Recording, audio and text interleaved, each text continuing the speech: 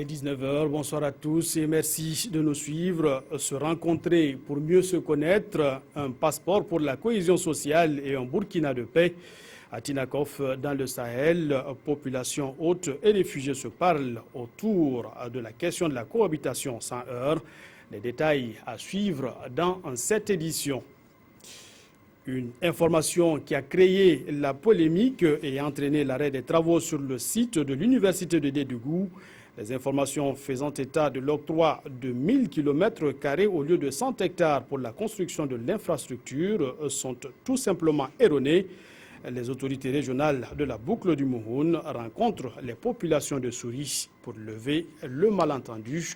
À suivre dans cette édition. Mesdames et messieurs, merci de nous suivre. Voici notre version de l'actualité dans nos régions. La région du sud-ouest est confrontée depuis quelque temps à une insécurité grandissante, marquée par des attaques à main armée. Les forces de sécurité doivent y faire face, mais avec quels moyens ?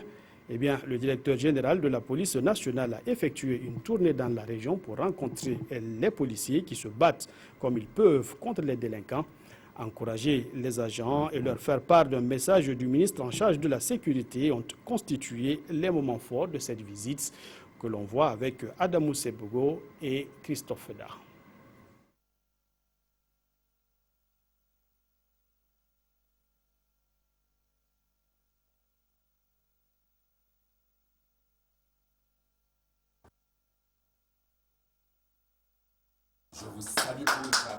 Le directeur général de la police nationale en garde à vous devant les agents de la police de Bati. Derrière ce geste, c'est la reconnaissance des efforts des policiers du Sud-Ouest par le département de la sécurité. J'ai été envoyé par le ministre de l'administration territoriale, de la décentralisation et de la sécurité intérieure pour encourager les éléments de la police nationale qui évoluent ici dans la région du Sud-Ouest. Nous savons à travers les comptes rendus qu'ils font face à des attaques récurrentes de délinquants qui écument la région. La sécurité au Sud-Ouest n'est pas que l'affaire des policiers, selon l'émissaire du ministre, qui a remercié les autres frères d'armes pour leur soutien aux policiers. Dans cette tournée d'encouragement de toute une journée, Lazare Tarpaga s'est rendu dans les 4 provinces de la région et aussi dans la commune rurale de l'Aiguemoin qui a fait l'objet d'un braquage le 14 février dernier. Il s'est aperçu de l'insuffisance des moyens humains et matériels, mais aussi des locaux inappropriés au travail. Les visites sont suivies de promesses mesurées. Nous avons un ministre qui se donne et qui a des ambitions pour la police nationale. Nous ne doutons pas un seul instant que s'il a les moyens nécessaires, il va essayer d'encourager les policiers en leur donnant les matériels de travail pour faire reculer les frontières de l'insécurité dans la région du Sud-Ouest. L'insécurité a en effet pris une tournure inquiétante au Sud-Ouest.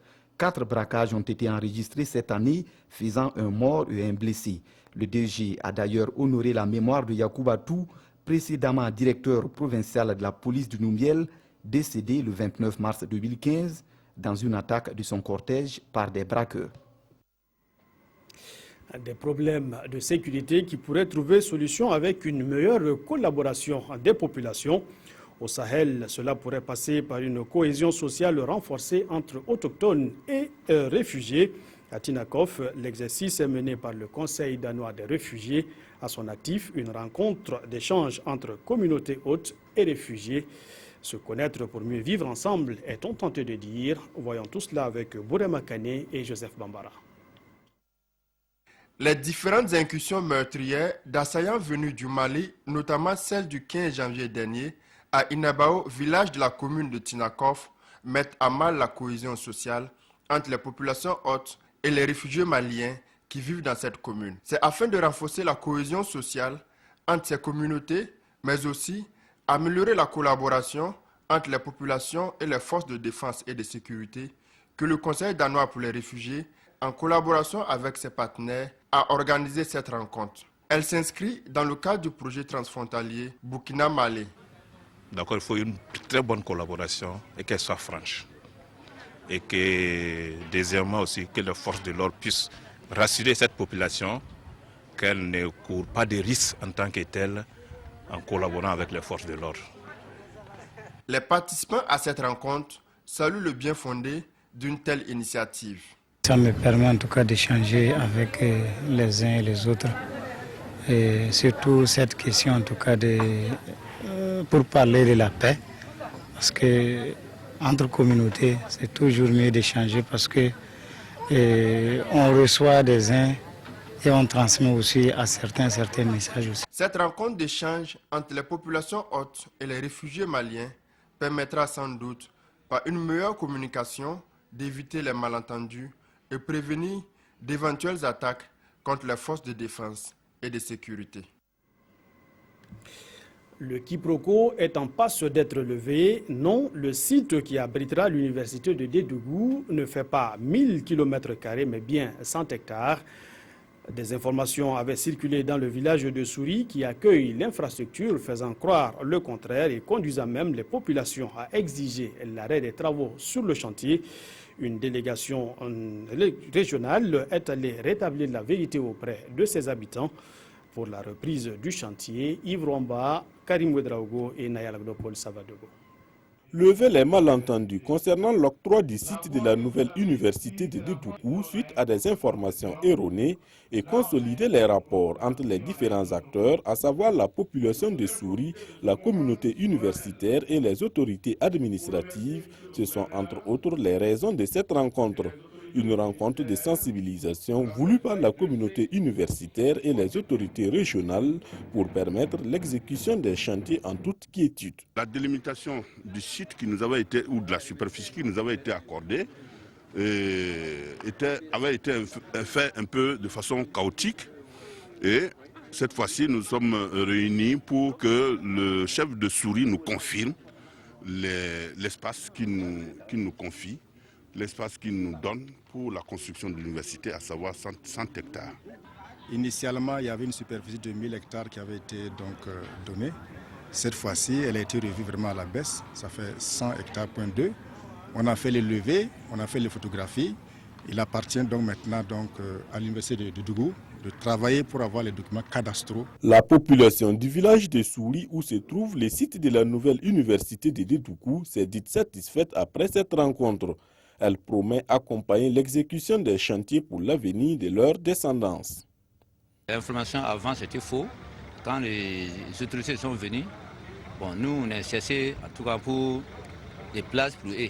Parce que c'est une bonne chose. C'est l'avenir de mes enfants. Après cet accord entre les différents acteurs, les travaux de construction vont bientôt être relancés. Coopération et développement à présent, et nous nous rendons dans les régions du plateau central et du centre-nord où le gouvernement canadien soutient des actions de développement. L'ONG APIL, qui fait la promotion d'initiatives locales, y conduit un programme dans le domaine de la sécurité alimentaire. Le but visé est d'accroître la résilience économique des producteurs par l'augmentation des rendements et la promotion de l'élevage. On voit tout cela avec Amadou Ilboudo et Fousseni Kindo. Des réalisations terrain qui émerveillent. En moins d'un an de mise en œuvre, le programme Innovation et Mobilisation pour la sécurité alimentaire, en abrégé IMSA, est sur la bonne voie.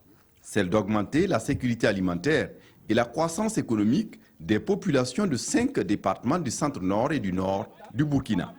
Initié par l'ONG APIL, Action pour la promotion des initiatives locales, et soutenu par l'œuvre léger du Canada, le programme vise à améliorer les conditions de vie de plus de 1000 producteurs sur 5 ans. 1000 bénéficiaires sont répartis autour de 5 ans et chaque année nous avons accompagné 200 producteurs en ce qu'ils puissent produire la production maraîchère, notamment l'oignon et la tomate, mais également à bénéficier des activités d'élevage pour renforcer l'air cheptel, mais également avoir assez de fumier pour renforcer la fertilité de la terre. En venant par eux-mêmes constater ce qui est fait sur le terrain, les partenaires canadiens se disent satisfaits de l'action menée par l'ONG APIL. Pour nous, c'est une priorité canadienne. Ça fait partie de nos grandes priorités au sein du ministère d'Affaires mondiales Canada. On a 3 priorités, dont la sécurité alimentaire. Donc, c'est très important pour nous. C'est une bonne façon de réduire la pauvreté et on le voit par nous-mêmes aujourd'hui. À l'issue de la visite terrain, la mission canadienne a échangé avec les producteurs sur leurs préoccupations. Des préoccupations qui, de l'avis de l'équipe au projet, sont en voie de résolution. La période est propice pour la production de cultures de contre-saison, mais à Houndé, le sourire n'y est pas. Difficile en effet de s'approvisionner en légumes, du moins à un coût raisonnable, ce qui se répercute sur les prix dans les restaurants. Houndé, une ville pas comme les autres, c'est le dossier de cette édition avec Hassan Gourabou et Mireille Carole Tougouma. Ce plat de pommes de terre coûte 700 francs dans ce restaurant à Houndé et il serait l'un des moins chers dans cette ville. Ce, en dépit des légumes qui inondent le marché ces temps-ci, du moins dans certaines villes comme Bobo-Dioulasso à peine 100 km. Les consommateurs sont unanimes. La restauration est chère à Houndé. Je trouve que c'est un peu élevé quand même. C'est un peu élevé quand même par rapport effectivement aux autres zones. Les plats sont chers ici par rapport aux autres villes comme Bobo. Les plats sont chers. Bon, la qualité aussi n'est pas tout à fait ce qu'on voulait que ça soit. Une situation qui serait due à la rareté ou au coût élevé des denrées alimentaires sur le marché de Houndé, selon les restaurateurs. À Houndé, en tout cas, les condiments sont chers. Les condiments quittent Bobo. C'est toujours mieux que de payer à Houndé. On dépose 4 oignons à 200 francs, 4 tomates à 200 francs. 1 kilo de pommes de terre, ça coûte aussi 1000 francs. Donc, on vend le plat à 1000 francs. Il n'y a pas assez de légumes à Houndé car les jardins sont rares. Je me ravitaille à Bobo ou à Koudougou. Avec le coût du transport, tout devient cher. Des oignons et des tomates à des prix peu abordables. Le ravitaillement dans d'autres villes. La rareté de la maraîchiculture à Houndé pourrait en être la cause. C'est un milieu où les gens ne pratiquent pas l'agriculture, la maraîchiculture comme ça. C'est plus basé sur la production du coton. Qui parle de culture de contre-saison, parle de disponibilité de ressources en eau. Alors que la région du Tuy, voilà, n'en dispose pas, n'a pas beaucoup d'ouvrages de mobilisation en matière d'eau. Autre chose, c'est aujourd'hui les sites miniers. Donc les gens préfèrent se diriger vers les sites miniers parce que là-bas, le gain est rapide. Entre l'orpaillage qui subtilise les bras valides et qui surenchérit le coût de la vie, ou encore la rareté de l'eau, les habitants de la ville de Houndé ne savent donc plus à quel saint se vouer. Et puis, la délégation spéciale régionale des Hauts-Bassins vole au secours des pensionnaires de la maison d'arrêt et de correction de Bobo-Dioulasso. Du matériel d'hygiène d'une valeur de 2 millions environ leur a été remis, ce qui devrait ramener un peu d'hygiène dans cet établissement carcéral en surpopulation. Voyons tout cela avec Karim Ilboudo et Sanouhan Christine Koulibaly. Avec un taux d'occupation de plus de 300%, la maison d'arrêt et de correction de Bobo-Dioulasso fait partie du trio des maisons d'arrêt les plus surpeuplées au Burkina Faso. Une surpopulation dont l'incidence sur l'hygiène n'est plus à démontrer. La délégation spéciale de la région est loin d'être insensible à cette situation et le traduit par cette remise de matériel. Aussi un sentiment justement de justice justement que nous voulons exprimer comme ça, à travers la remise de ce matériel, parce que bon, vous savez que les prisons, en fait, en principe, doivent correspondre aux normes internationales. Le prisonnier jouit de certains droits. Et alors, s'il doit vivre justement dans la saleté, dans n'importe quoi, bon, je pense que bon, c'est pas du tout, en tout cas, à nous donner une bonne image dans notre pays. Pour le premier responsable de la MACB, l'examen devrait faire tache d'huile. Ce milieu-là, c'est un milieu, tout comme l'hôpital, c'est des milieux qui sont ouverts à tous. Voilà. Même le directeur, il peut un jour se retrouver là-bas. On ne le souhaite pas, mais c'est pour dire que c'est un lieu pour tous. Et vraiment, penser à ces lieux de détention, c'est penser à soi-même. Le don est composé de balais, seaux, charrettes et bien d'autres matériels de nettoyage et d'entretien d'une valeur d'environ 2 millions de francs CFA. Merci pour votre fidélité. Ainsi s'achève cette édition. L'information revient à 20h avec Jean-Emmanuel Ouedraogo. Moi, je vous retrouve demain.